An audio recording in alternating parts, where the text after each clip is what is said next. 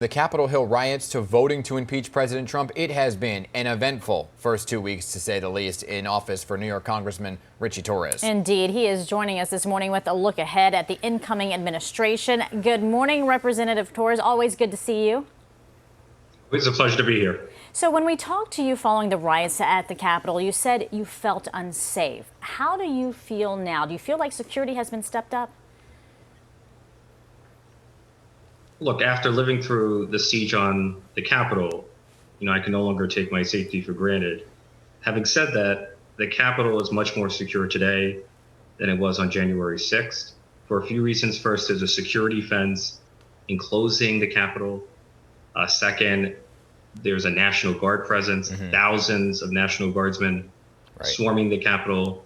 And I have some confidence in the security of the inauguration because, unlike January 6th, the inauguration is going to be designated as a national special security event, which will put the Secret Service rather than the Capitol Police in charge of security. And so let me take that one step further, because today you're actually going to unveil the details of a new proposal to even strengthen security more around the Capitol on a daily basis, right? So what can you tell us about that? Give me a little preview. Yeah, so the problem is the security fence that has been put in place is only temporary. The National Guard presence is only temporary.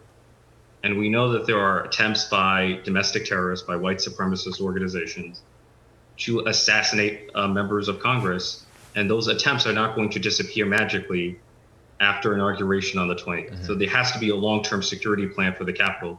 So I'm introducing legislation that would require the architect of the Capitol to install a permanent security fence to prevent a mob from ever storming the Capitol. The White House has a security enclosure, and my argument is that the Capitol should be every bit as secure as the White House. Hey, you gave your first speech on the House floor. We want to show our audience a bit from it. Take a listen. Actually, I'm going to read it to you because it's, well, if we have it right there. It says, the impeachment of Donald Trump is not politics but law, not passion but reason, not vengeance but justice. Would you have ever imagined that you would be participating in the impeachment of the President of the United States as one of your first official acts in Congress? I never thought that I would become a member of Congress during an infectious disease outbreak and witness a violent assault on the Capitol during the presidential vote count, and then vote to impeach Donald Trump, and to have an impeachment speech as my first speech on the floor of the House. So life never unfolds as you imagine it. Yeah, seriously, right? It comes at you fast and furious. The final vote tally was 232-197 for the impeachment of President Trump. Do you see members of the House being able to move forward from this now and work together? If there is a trial, of course, we're going to go through that whole trial where members of the House actually serve as the prosecutors, really. I am confident. Keep in mind that the impeachment in the House was bipartisan. Even Liz Cheney, who's in the leadership of the Republican conference, voted to impeach Donald Trump. I think there's widespread revulsion against the conduct of Donald Trump, who incited violence that endangered the lives of members of Congress, including Republicans, including his own vice president. And that's something that cannot and must not go unpunished. Do we know if any of the New York delegation members of the House are actually going to serve as the prosecutors there? I'm not aware of any New Yorkers who have been appointed as prosecutors on behalf of the House yet. Do you feel confident, though, that there will be a conviction and it will actually stick? Because there are a lot of, different voices out there saying that this may not be able to happen once a president has left office. I am confident that there's going to be a bipartisan vote there's going to be a bipartisan vote in favor of a conviction.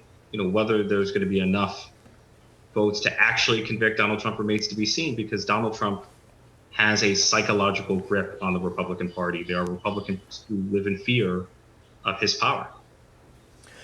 Congressman, you talked about what you expect to happen on Inauguration Day. Obviously, a transition of power there. But one of your ongoing initiatives on the local level is to really improve public housing in New York City. You wanted to do it when you were a city councilman, and you're carrying that through as a member of Congress. This week, the U.S. Department of Housing awarding nearly $25 million to NYCHA. That is good news. What will that money be used for? $25 million is certainly helpful, but keep in mind that NYCHA has a $40 billion capital need. And so with the Democrats controlling the House, the Senate, and the presidency, we have to ensure that a future trillion-dollar stimulus package or infrastructure package includes billions of dollars in new funding for public housing. And that's going to be my highest priority in the United States Congress. And real quick, we're out of time here, but I am speaking to Andrew Yang, who is running for mayor in just about 20 minutes. You came out and endorsed him yesterday on day one. Why? Look, Andrew is exactly the leader we need in a moment of crisis. He's radically independent of a political establishment that has largely failed the people of New York. Albert Einstein once said, if you do the same thing over and over again and expect a different result, that's the definition of insanity.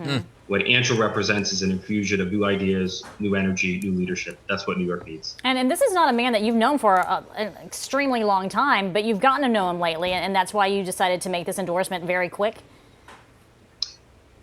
So I've been in the trenches of city government for about 15 years.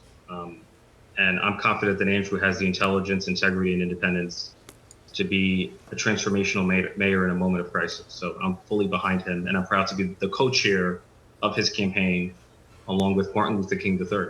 Understood. Congressman Ritchie Torres, thank you for once again coming on the Pick 7 Morning News. You're welcome back anytime, sir. Yes, good to see you, Congressman. Always a pleasure.